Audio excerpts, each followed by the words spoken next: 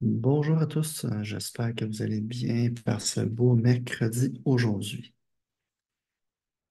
Nous sommes déjà rendus au 10e verset et personnellement, le fait de lire à chaque jour les versets, de mettre en pratique également la recommandation au niveau de la pratique du jour, déjà ça crée un mouvement dans mon énergie et je vous invite véritablement à pouvoir lire et valider par vous-même en lien avec les pratiques qui vous sont proposées dans chaque verset. Certains d'entre vous vont peut-être se joindre à nous depuis le début, d'autres vont se joindre en cours de route, et c'est correct. Vous êtes les bienvenus à tout moment.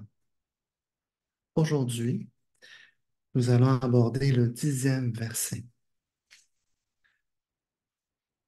Étant porteur d'une âme et d'un corps, en embrassant l'unité, pouvez-vous éviter la séparation? Pouvez-vous laisser votre corps devenir aussi souple que celui d'un nouveau-né?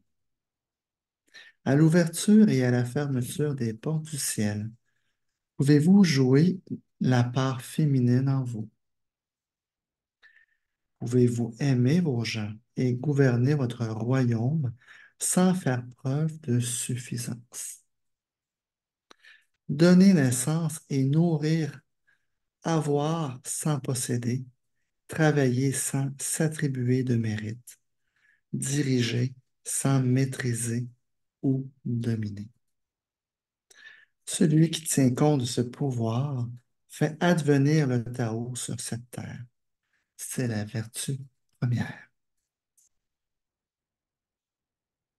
Donc, un 10e verset du Tao de Ching, écrit par Lao Tzu, qui va être vraiment bien intéressant, qui est déjà bien intéressant. Allons voir ce que Wayne Dyer nous dit à ce propos. Le titre de ce chapitre, c'est Vivre dans l'unité. Ce verset du Tao examine la nature paradoxale de la vie sur Terre. Lao Tzu nous encourage à faire la paix avec les notions apparemment opposées du corps et de l'âme, notions qui forment la base de notre vie quotidienne. Nous sommes en contact avec le pouvoir du Tao éternel tout en étant simultanément des êtres mortels. En adoptant cette posture apparemment ambiguë, le monde se dévoile à nous comme étant sans défaut. Tout ce qui semble absolu est une occasion de prendre conscience de sa réalité paradoxale. Cet enseignement se présente sous forme d'une série de questions. Un adulte peut-il, en tenant compte de tous les facteurs inhérents au processus de vieillissement, raideur, douleur, limitations causées par des problèmes d'articulation, etc., être aussi souple qu'un nouveau-né? Peut-on à la fois travailler et se battre et demeurer néanmoins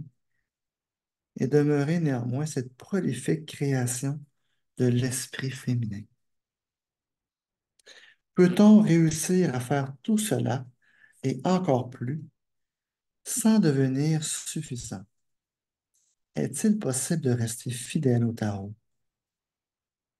en ne permettant pas à l'ego de dominer et néanmoins réussir dans un monde dominé par l'ego? C'est un verset qui est rempli de questions. C'est bien. Ce 10e verset vous invite à vous laisser guider par le pouvoir de l'unité quand l'illusion de la dualité semble prendre le dessus. Lisez ce poème écrit par Hafiz des milliers d'années après la rédaction du Tao de Ching. Seul, Celui qui a connu l'illumination, qui persiste à séduire l'informe vers la forme, possède assez de charme pour gagner mon cœur. Seul celui qui est parfait, qui toujours se moque du mot de, peut vous faire connaître de l'amour.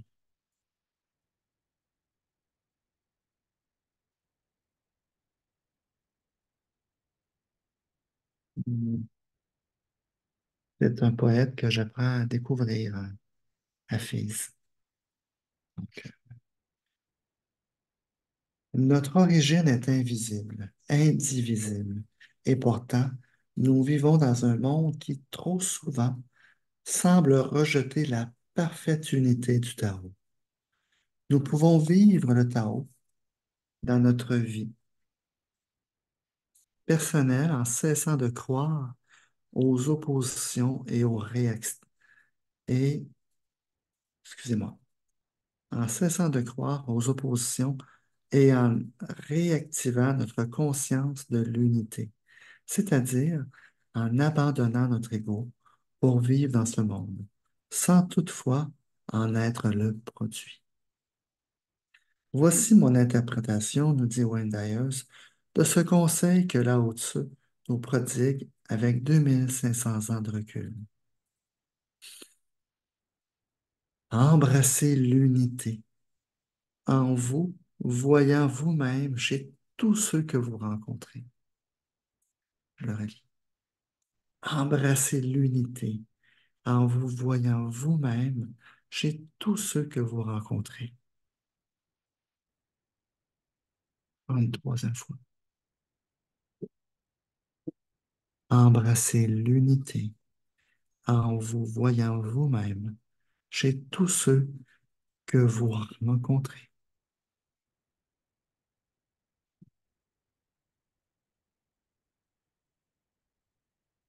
J'adore cette interprétation de Wayne Dyer. Au lieu de porter des jugements sur sur ceux que vous considérez comme des êtres différents ou distincts de vous, voyez-les comme une extension de vous-même. Cela diminuera votre sentiment d'importance et vous unira à ce que Lao Tzu appelle la vertu première.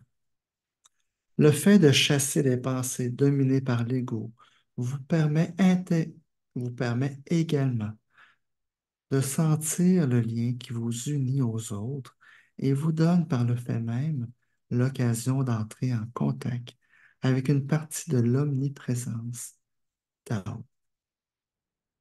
Exercez à vous reprendre chaque fois, exercez-vous à vous reprendre chaque fois que vous êtes sur le point de critiquer quelqu'un ou un groupe. Je le répète, ça.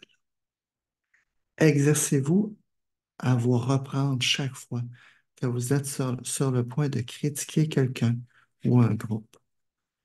Les journaux télévisés, conçus pour encourager votre sentiment de séparation ou de supériorité par rapport aux autres, sont une excellente occasion pour vous y exercer.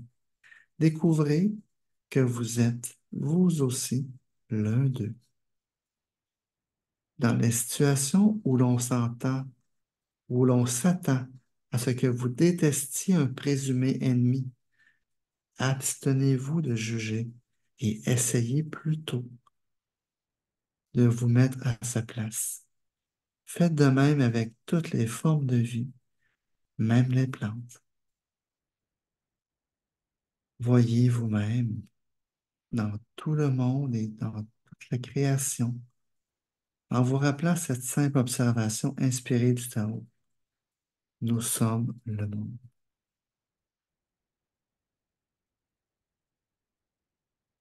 Voici un autre conseil que Wayne Dyer nous propose. Profitez de ce que vous possédez sans vous attacher à ces choses. Je le relis encore une fois. Profitez de ce que vous possédez sans vous vous attachez à ces choses. Hmm. Ouais. Et c'est pour ça que c'est bien de pouvoir avoir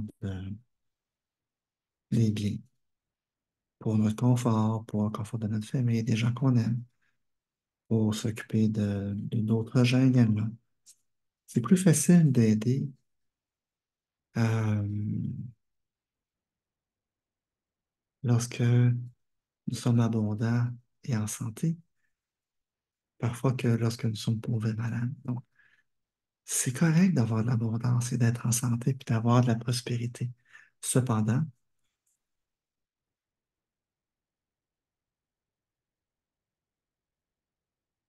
ce que le Tao et Wayne Dyer nous rappellent ici, et ça vient chercher également un principe au niveau de la pratique bouddhiste, c'est de ne pas s'attacher aux biens de ce monde. Ils sont là, ils sont de passage, et lorsque vient le temps de les redonner, de les remettre en circulation, ça va être le temps de lâcher prise. Parce qu'il va y avoir nécessairement autre chose qui nous attend. Et qui sait,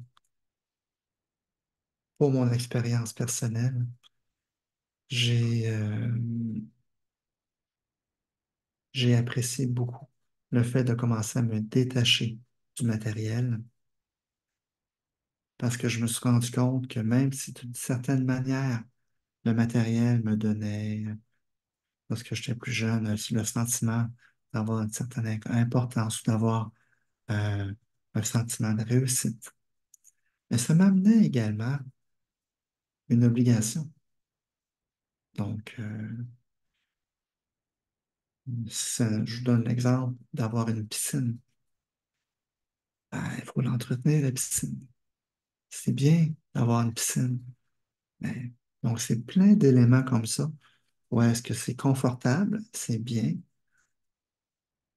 Mais également, nous avons une responsabilité par rapport aux objets que nous avons, euh, que nous nous occupons, dont nous- les objets dont nous avons la garde. Voilà. Donc, allons voir ce que Wendayers nous dit. Profitez de ce que vous possédez sans vous attacher à ces choses. Cessez de vous identifier à vos possessions et à vos réalisations. Essayez plutôt d'apprécier ce que vous faites et tout ce qui entre dans votre vie simplement pour le plaisir de faire quelque chose et d'observer ce mouvement. Wow, on rentre vraiment dans l'étape de l'observation à ce moment-ci. J'adore ça.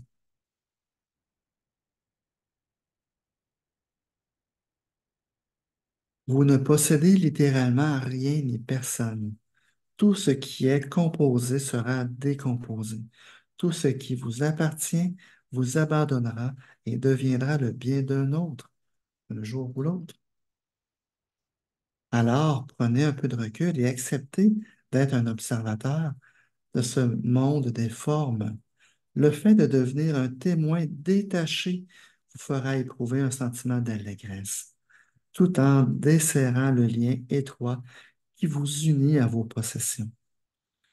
C'est au cours de ce processus de libération que vous acquérerez la liberté de vivre, ce que le Tao nous enseigne depuis toujours. Voici la pratique du jour qui est proposée. Aujourd'hui, exercez-vous à voir l'unité là où précédemment régnait pour vous la dualité, la séparation. Sentez l'énergie invisible qui bat dans votre cœur, puis notez la présence de ce même battement dans le cœur de toutes les créatures vivantes. Sentez l'énergie invisible qui vous permet de penser et sentez son action chez tous les êtres qui sont présentement en vie. Méditez ces paroles tirées de l'Évangile de Thomas. Ses disciples lui demandèrent, quand le royaume viendra-t-il? Et Jésus leur répondit, ne le cherchez pas à l'extérieur. Dieu ne dira pas, regardez de ce côté-ci ou de ce côté-là. Non, le royaume du Père est partout à la surface de la terre, mais les hommes ne le voient pas. Aujourd'hui, sachez que le fait de vous exercer à voir partout l'unité vous aidera à voir ce royaume. Ah, toujours un grand plaisir de partager ces lectures avec vous. Donc, je vous souhaite une magnifique journée. Bonne observation dans cet esprit d'unité, dans, dans ces éléments de communion avec vous-même et avec les autres, afin de pouvoir de plus en plus vibrer justement dans cet espace d'unité. Sur ce, je vous souhaite une magnifique journée et au plaisir de vous revoir demain.